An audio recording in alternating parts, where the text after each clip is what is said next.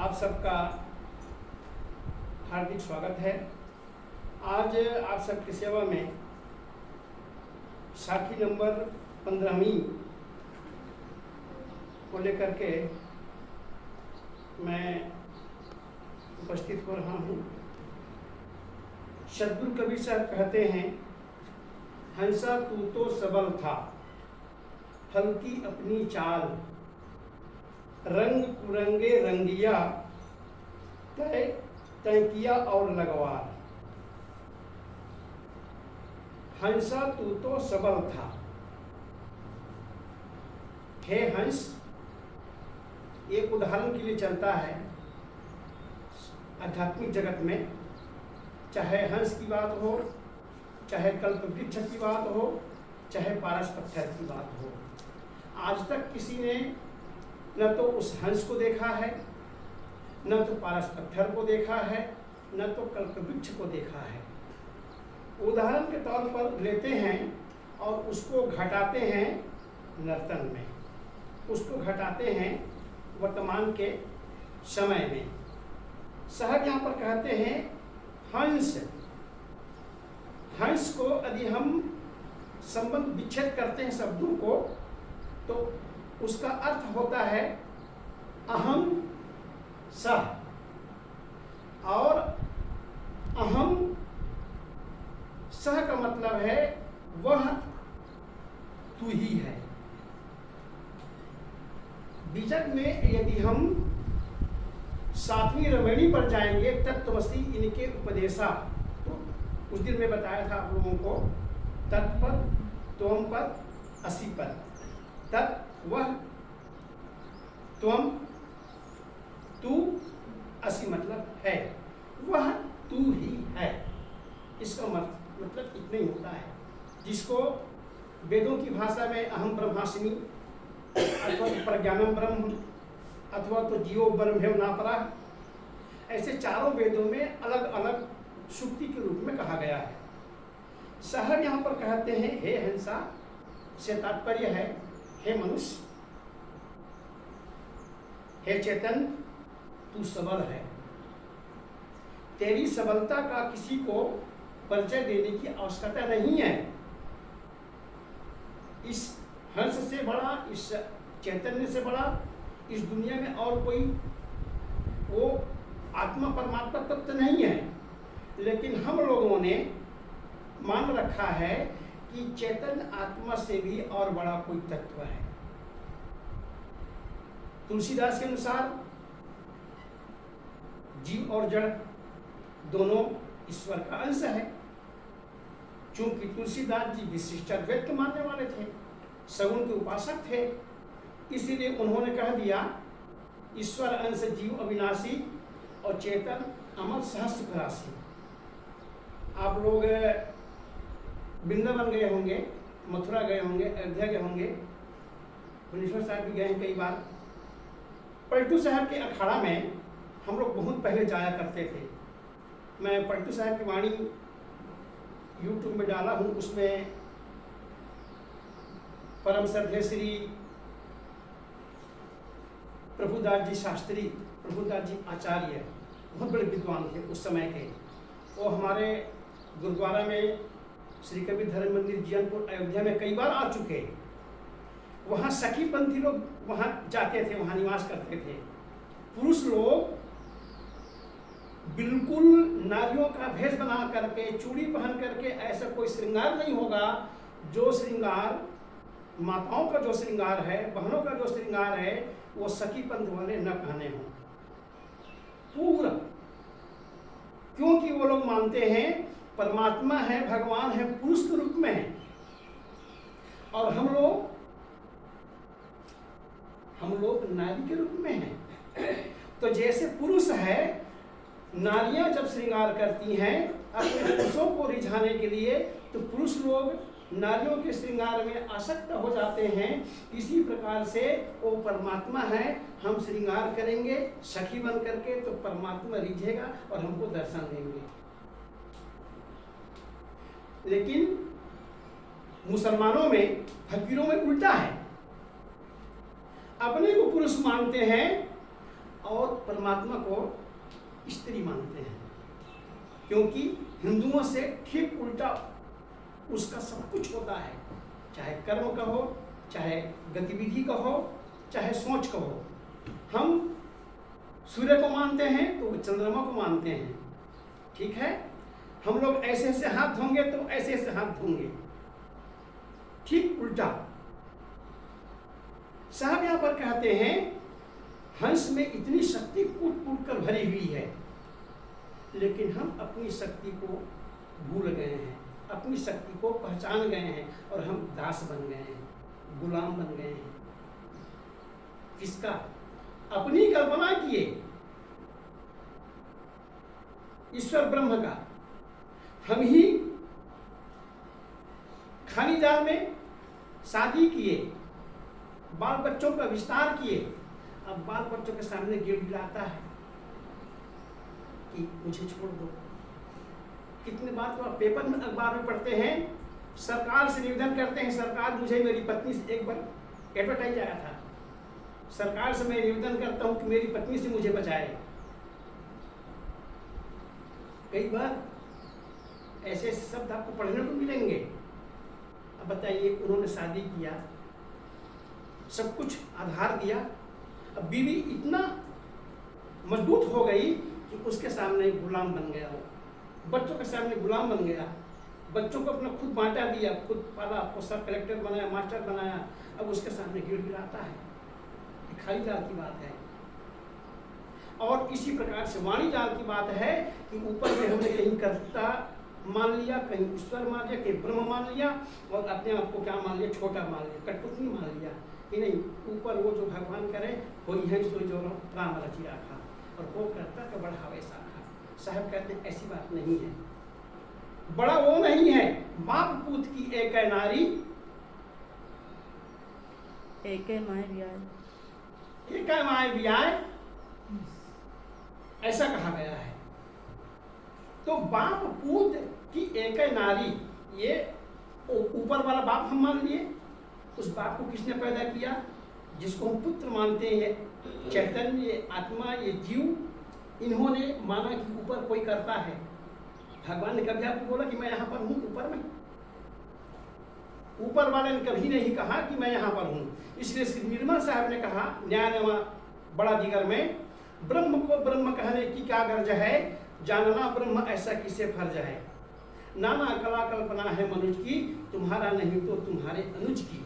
जितनी तुमने कल्पना किया है वो आप हैं, आप नहीं होंगे तो ऊपर में कोई कभी भी आपको ईश्वर ब्रह्म परमात्मा बताने के लिए नहीं आएगा कि तुम ये मत करो। आज कितनी हिंसा हो रही है, कितना लूटपाट हो रहा है, कितने बहनों का अपहरण हो रहा है, कहाँ ईश्वर आता है? चोरी, डकैती, बदमाशी, नेता लोग खुलेआम लूट रहे हैं जनताओं को, कहाँ ईश्वर आकर बताता है? यदि ईश्वर कहीं होता, परमात्मा कहीं होता किसी भी जगह दुनिया में, इस ब्रह्मांड में, तो आकर के बताता कि ऐसा क्यों कर रहे हो। देखो कहीं पर पानी ज़्यादा गिरता है, इसी छत्तीसगढ़ में 6 जिले ऐसे हैं जहाँ पर सामान्य से कम बारिश हो गई है, और अधिकांश जिला ऐसे हैं जहाँ पर 40% पानी ज़्यादा गिरा है सामान्य से। परमात्मा को बोलना चाहिए अथवा परमात्मा को करना चाहिए कि यहाँ पर तू पानी गिर जा, इधर क्यों पानी कम है? ऐसा नहीं होता है। साहब कहते हैं हंस, हे हंस, तुमसे बड़ा सबल कोई नहीं। साहब ये पद लिखे हैं, मानव तू सबसे महान। श्री अभिलाष साहब जी का पद है। यदि आप गीत, कोई पुस्तक है साहब जी के, एकांत संगीत ऐसा कुछ है, तो उसमें पारक प्रकाश में साहब जी समय समय से देते रहे हैं, मानव तू सबसे महान, मनुष्य बढ़ करके और कोई नहीं। मनुष्य किसी जगह लिखा हुआ है, ये शायद उपनिषद की सुक्ति है, नहीं मनुष्य श्रेष्ठतरम ही किंचित। मनुष्य से बड़ा और कोई आत्मा परमात्मा भगवान की इंसान है नहीं। तो साहब कहते हैं हंसा तू तो सबल था। स्त्री को हम क्या बोलते हैं? नारियों को, ये तो अबला है। लेकिन इसी में ऐसी ऐसी नारियां हो गई हैं, नचकेता, गार्गी, भारती, मंडन मिश्र की पत्नी भारती, जो अद्वैतवाद के जन्मदाता, मायावाद के जन्मदाता आदि गुरु शंकराचार्य को हरा दिया था, परास्त कर दिया था। मंडन मिश्र की पत्नी भारती, और वहाँ पर हार मानना पड़ा था, जो 4 जगह जा करके 4 कोनों में आश्रम का निर्माण किए, जो आदि गुरु शंकराचार्य के नाम से हम जानते हैं। ऐसी ऐसी नारियाँ विकसी हुई हैं, इसको कहते हैं। बड़े बड़े संतों को, बड़े बड़े विद्वानों को वहाँ पर मत्था टेकना पड़ा है। इसलिए नारी भी अपने आप को पहचाने। अभी मुझे ख्याल आ गया, एक नेता हैं कांग्रेस के, अधीर रंजन जी, प्रवक्ता हैं वो, उन्होंने कह दिया था राष्ट्रीय पत्नी। इतना बवाल हुआ था कि आप राष्ट्र के जो राष्ट्रपति हैं उसको तो राष्ट्र पत्नी बोल रहे हो। मतलब ये नारी जाति का बहुत बड़ा अपमान है, और अंत में वो उसको घुटने टेकना पड़ा है, उनको वापस लेना पड़ा है।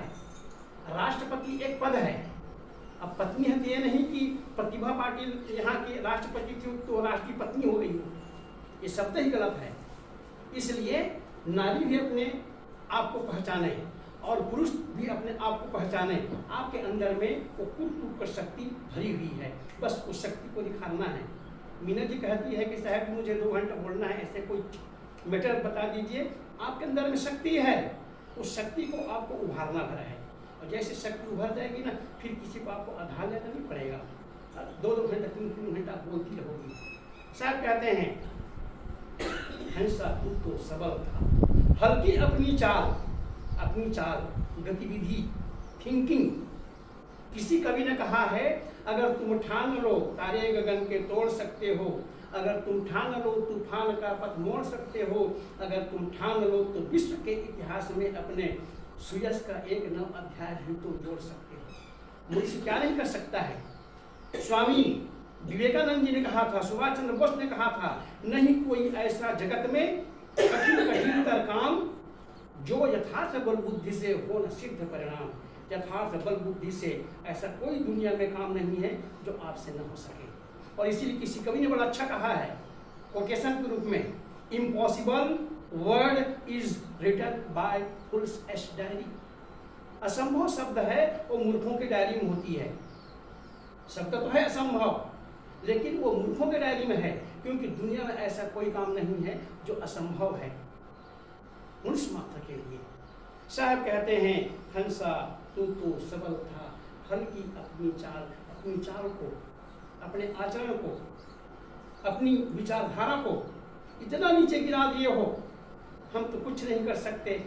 देखो हिंदू लोग क्या करते हैं, मंदिर बनाते हैं लाखों रुपये का, और पुजारी रखते हैं ब्राह्मणों को। साहू जब मंदिर बना रहा है, यादव जब मंदिर बना रहा है, तो यादव और साहू लोग क्या पूजा नहीं कर सकते? अब पूजा करने के लिए ब्राह्मणों को बुलाएंगे कि नहीं, हम लोग पूजा करने के अधिकारी नहीं है। इसका मतलब है कि आपके अंदर में हीन भावना है कि हम लोग पूजा नहीं कर सकते। क्यों नहीं भी? जब हम मंदिर बना सकते हैं अरबों रुपये का, तो हम पूजा नहीं कर सकते, हम घंटी नहीं ला सकते। ये आपके अंदर में जो हीनत्व का जो भाव है, ये नीचता का जो भाव है, उन भावों को आप निकाल दीजिए, क्योंकि आप किसी से कम नहीं है। और ऐसा जब भाव जब हो जाएगा, आत्मविश्वास जब आपके अंदर में जग जाएगा, गुरु कबीर कहते हैं आपके अंदर वो शक्ति है, आप कमज़ोर नहीं हैं। और कमज़ोर हैं तो एक कारण है, अपनी चाल से आप कमज़ोर हैं, अपनी आदत से आप कमज़ोर हैं, अपनी रहनी से आप कमज़ोर हैं। यदि आपकी आदतें, आपकी थिंकिंग, आपकी विचारधारा यदि सही दिशा में यदि चली जाए, तो मान करके चलिए आप में कोई कमी नहीं है। साहब कहते हैं हल्की अपनी चाल। नंबर 1, आपकी चाल खराब हो गई है। श्री ज्ञान साहब जी आज नहीं है, लेकिन चाल और हाल उनकी पुस्तक इतनी प्रसिद्ध हुई कि अपने ज़माने में पुस्तक वायरल हो गई थी। हाल और चाल, आदमी का हाल ठीक, चाल ठीक तो हाल ठीक। आदमी का चाल ठीक नहीं है तो हाल उसका ठीक होने वाला नहीं है। साहब कहते हैं यदि आपके अंदर में कुछ कमी है तो नंबर 1, आप अपनी आदतों से आप कमज़ोर हैं। और नंबर 2, रंग पुरंगे रंगिया। रंग पुरंग मतलब ये दुनिया है, दुमही दुनिया है। ये दुनिया है, दोरंगी दुनिया है। ये दुनिया दोगली है, आज कुछ कहेगी और कल कुछ कहेगी। आज जिसको आप अपना मानते हो वही कल पराया हो जाएगा, और आज जिसको पराया कहते हो वही कल आपके हो जाएंगे। ये दुनिया बड़ी स्वार्थी है। साहब कहते हैं रंग पुरंग रंगिया। आप दुनिया के रंगों में, आप कुसंग के रंगों में, गलत संगति के रंगों में आप रंग करके आप कमजोर हो गए हैं, वरना आप महान थे। आप रंग पुरंग रंगिया और तैकिया और लगवार। लगवार जानते हैं? हम किसी को जब गाली देते हैं तो बड़ा भद्दी गाली देते हैं, तुम्हारा और लगवार है क्या? लगवार मतलब उपपति, जिसको हम लोग बोलते हैं पति के अलावा और पति, मतलब पति के ऊपर और दूसरा पति हो, उसे हम बोलते हैं लगवार। तो एक तो आप खुद पति हैं अपने आप का। मैं कॉलेज में पढ़ रहा था, एक हमारे BN ब्रह्मा सर थे, उन्होंने मुझे एक कोटेशन दिया था, Ram is the not only husband of Sita but also all words. Ram केवल सीता के पति नहीं है, वो सबके पति है, क्योंकि सबके अंदर में राम है। आप पति हैं, हम लोग क्या बोलते हैं, हम लोग पत्नी हैं। आप पत्नी नहीं हैं, बल्कि आप अपनी आत्मा के लिए आप पति हैं, और वो पति सबके अंदर में बैठा हुआ है। लेकिन हम पत्नी मानते हैं? जी नहीं, पत्नी यहाँ पर कोई नहीं है। पत्नी यदि शरीर से है, यदि वो लड़की है, वो बहन है, यदि माता है, यदि नारी है, तो उसके अंदर भी एक राम है, चैतन्य है, जीव है, बैठा हुआ है। आप उसके मालिक हैं। कभी भी आप अपने को कमजोर मत मानना। तो साहब यहाँ पर कहते हैं दूसरा कारण है रंग पुरंगे रंगिया, तैकिया और लगवार। तीसरा कारण है आपने उपपति बना दिया है कि मेरे ऊपर में कोई और पति है, कोई और मालिक है, और वो मालिक ऊपर है, मतलब आप छोटे हो गए, ऊपर वाला बड़े हो गए। आपने ही कल्पना किया और ऊपर वाला बड़ा हो गया, आप छोटे हो, क्योंकि कर्ता धर्ता वही है, कर्ता धर्ता वही है, सुख दुख देने वाला वही है। और हमें चौपाई हम बड़े बढ़िया से चौपाई बोलते हैं तुलसीदास जी का, वही है सोई जो राम रचि राखा और को कसर का बढ़ा वैसा खा। और एक चौपाई और बोलते हैं उसमें, लेकिन बोले बिहासी महेश तब ज्ञानी मूढ़ न कोई, और जही क्षण रघुपति करही जस तही क्षण तैसे ही होय। भगवान जो करेंगे राम की इच्छा के बिना कब तक नहीं बोलने वाला है। साहब कहते हैं डोलेगा, पत्थर डोलेगा, और डोलाने वाला आप ही हैं, लेकिन ऊपर जो कल्पना के जो पति बना रखे हो, जार पति उपपति, उसको आप छोड़ दीजिए। और आपको जिस दिन पता चलेगा कि नहीं मैं खुद हूँ, और एक किसी ने बड़ा अच्छा कहा है शेरो शायरी में, खुदा खुद से जुदा जानो अधूरा है, खुदा खुद से जुदा जानो अधूरा है, दिखला दे खुद ही में खुदा, पीर उसे कहते हैं। खुद शब्द और खुदा शब्द है, क्योंकि खुद से खुदा शब्द बना है। खुद को हटा देंगे तो खुदा शब्द नहीं बन सकता है।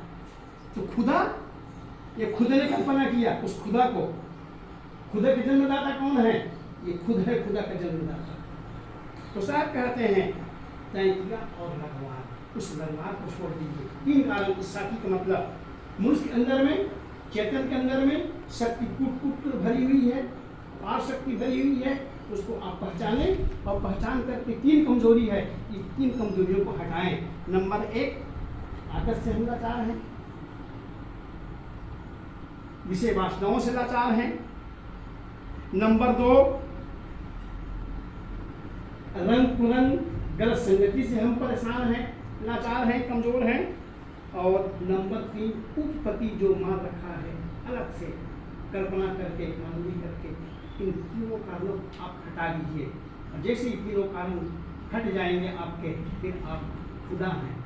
आप खुद आपके अंदर में वो कबीर बैठा हुआ है, खुद आपके अंदर में वो महान आत्मा राम को बैठा हुआ है।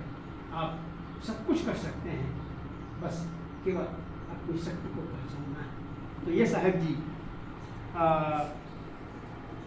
15वीं साखी के माध्यम से हम सबको जगाने का प्रयास करते हैं।